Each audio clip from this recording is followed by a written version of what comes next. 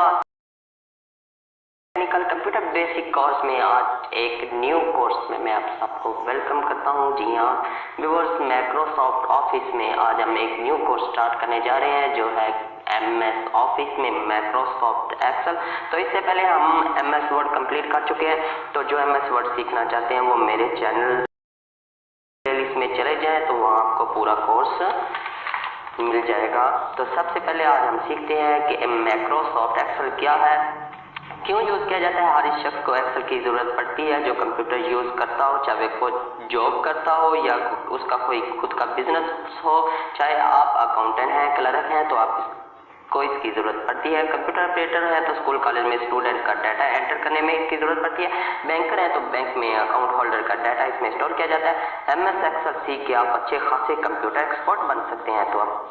तो ऐसे ही कुछ फंक्शन और फार्मूला को सीखने के लिए मैंने MS एक्सेल का कोर्स स्टार्ट किया है, जिसको chapter by chapter her option को क्लियर करेंगे।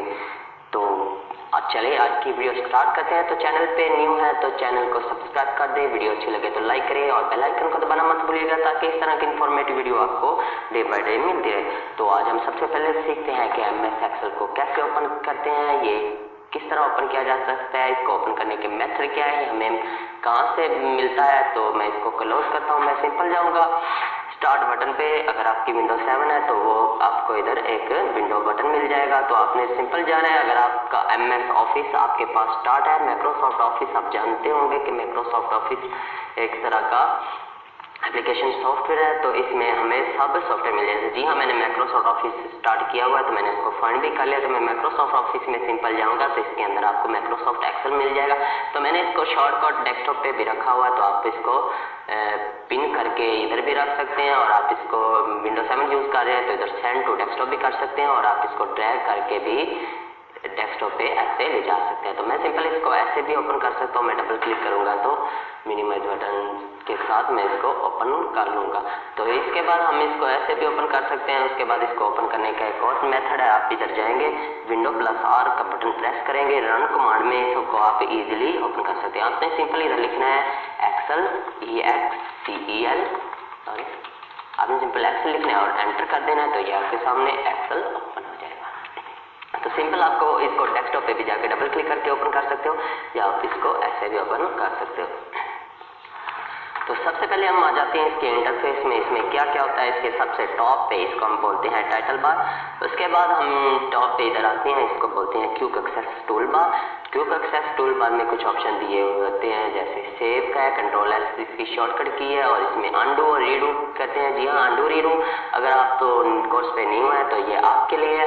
अंडू रीडू होता है जब आपकी कुछ वर्डिंग में मिस्टेक हो जाए तो आप सिंपली इधर जाकर क्लिक करो, उसको रेज कर देगा, और रीडू उसको वापस लाने के लिए होता है।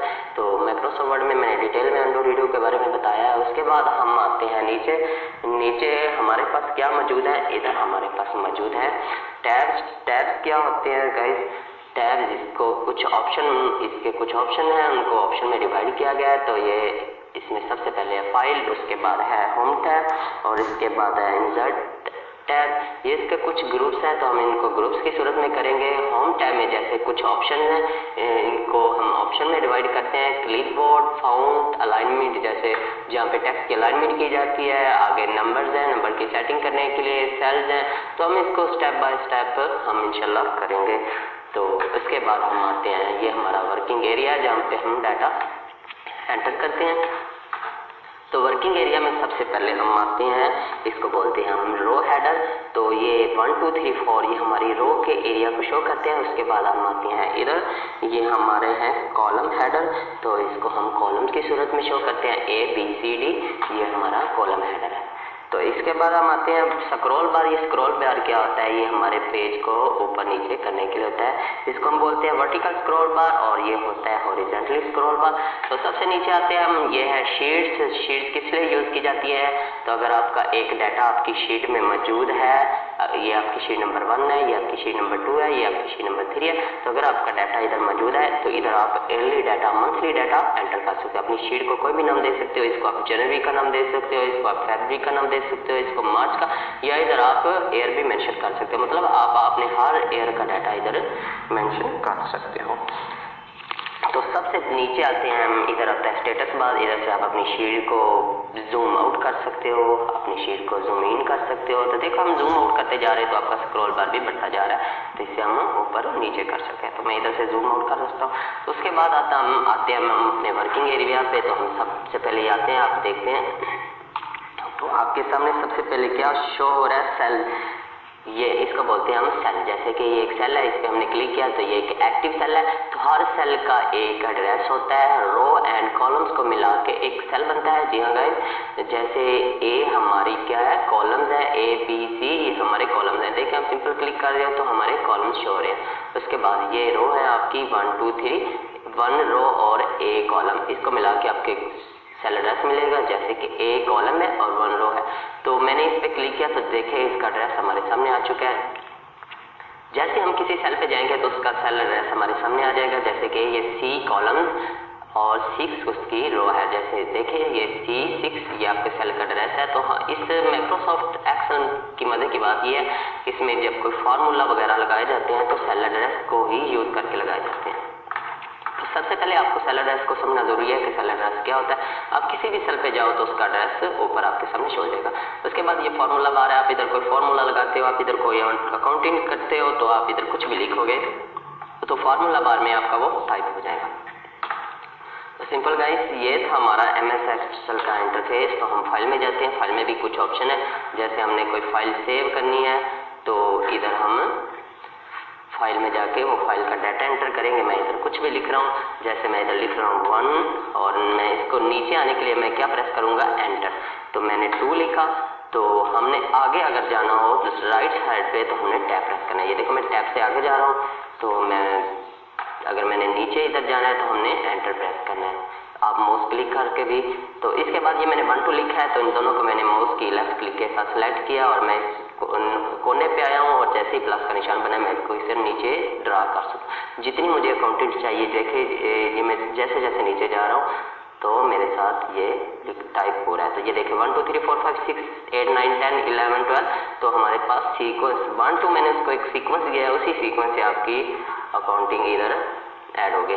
अगर मैं इधर और सीक्वेंस देता हूँ, मैं इधर 2 लिख के एंटर से नीचे 4 देता हूँ तो इसी सीक्वेंस से हमारी अकाउंटिंग में इधर सिंपल प्लस का निशान आया। ये देखिए कितनी आसानी से, कितनी जल्दी में मैंने फास्टली ये इतनी सारे डाटा एंटर कर लिया। इधर अगर मैं कुछ और डाटा देता हूँ, इधर मैं देता हूँ 1 and 3, तो इसी सीक्वेंस से आपकी ये सारे आएगी। ये देखिए फर्स्टली हम सबसे पहले जाते हैं फाइल टैब में। फाइल टैब में सबसे पहले ऑप्शन आता है सेव, सेव और सेव एज। सेव और सेव एज आप जानते हो, मैंने इस फाइल को फर्स्ट टाइम सेव करना है। मैं सेव एज भी यूज़ कर सकता हूँ, सेव भी यूज़ कर सकता हूँ। तो इस फाइल को मैं बुक 1 के नाम से चाहे सेव करना चाह रहा हूँ, चाहे मैं इसको किसी और नाम से सेव करना चाह रहा हूँ। मैं इसको 1 2 से कर रहा हूँ या स्टूडेंट डाटा से मैं सेव कर रहा हूँ। तो वो सबसे पहले इसका नाम पूछेगा, मैं इसको 1 2 3 से सेव कर रहा हूँ और फिर वो लोकेशन पूछता है आपने फाइल को कहाँ पे सेव करना है। तो मैं इसको डेस्कटॉप पे सेव कर रहा हूँ। तो मैं सेव पे जैसे ही क्लिक करूँगा तो ये हमारी फाइल सेव हो जाएगी। तो हम इसको मिनिमाइज करके देखते हैं, हमारी फाइल सेव हो चुकी है। तो मैं इसको सिंपल इधर से क्लोज करता हूँ। मैं इधर से फाइल को ओपन किया तो इसके बाद मैं आया फाइल में। इसके बाद सेव एज का ऑप्शन है। अगर आप इस फाइल को दोबारा से किसी और नाम से सेव करना चाहते हो, मैं अगर इसी फाइल को इसी नाम से इसी प्लेस पे सेव करूंगा तो ये इसी नाम से इसी के ऊपर सेव हो जाएगी। तो मैं सेव एज का मेथड यूज करके इसको कोई और नाम दे के भी डेस्कटॉप पे सेव कर सकता हूँ। तो ये हमारी 2 फाइल डिफरेंट नेम से हमारे डेस्कटॉप पे सेव हो चुकी है। तो उसके बाद जाता हूँ फाइल में। फाइल में सबसे पहले ओपन का ऑप्शन आता है। अगर आपने कोई फाइल बना रखी है तो उसको आप इसके अंदर ओपन करना चाहते हो, जैसे ये मेरे पास एक स्टूडेंट डाटा की फाइल है तो इसमें हो सकता है कुछ ना हो, तो मैं इसको ओपन करता हूँ। तो ये देखिए इस तरह का एम्प्टी डाटा पड़ा है इसमें। तो मैंने सिंपल ओपन के मेथड को यूज करके इसको ओपन कर लिया। तो उसके बाद आते हैं क्लोज, इससे आप अपनी फाइल क्लोज कर सकते हो। ठीक है, उसके बाद मैं 1 2 3 हमारी फाइल पे आता हूँ और फाइल में जाता हूँ। इसके बाद आता है इन्फो। इन्फो में इसका फाइल का कुछ रिकॉर्ड है, टाइटल क्या है इस फाइल का, इसका टैग क्या है और इसकी इंफॉर्मेशन दी हुई है, इसको किस टाइम पे पब्लिश किया गया है और इसका ऑथर कौन है, का नाम है। तो मैं इसका ऑथर भी ऑथर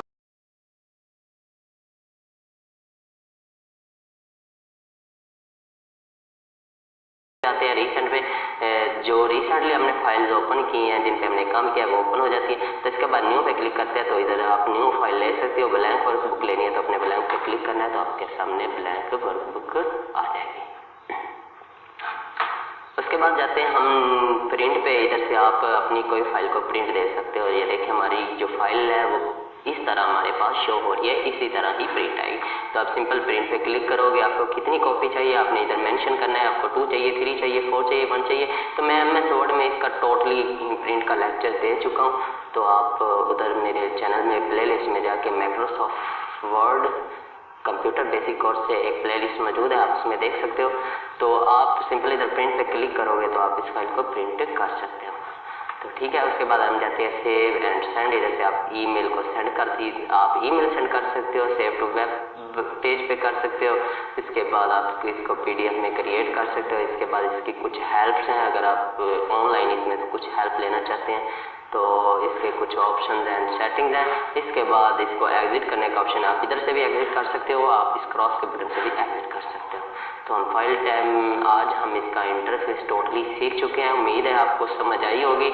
आज हमने छोटे से लेक्चर में सीखा कि MS एक्सेल क्या होता है, इसको ओपन कैसे करते हैं, इसको यूज़ करने का मेथड क्या होता है। तो नेक्स्ट हम कंप्लीट कोर्स करेंगे, स्टेप बाय स्टेप करेंगे, हम ऑप्शन वाइज करेंगे। हम हर टैब को डेली एक लेक्चर में, अगर हमारा टैब छोटे हुए तो डेली एक लेक्चर में किया करेंगे।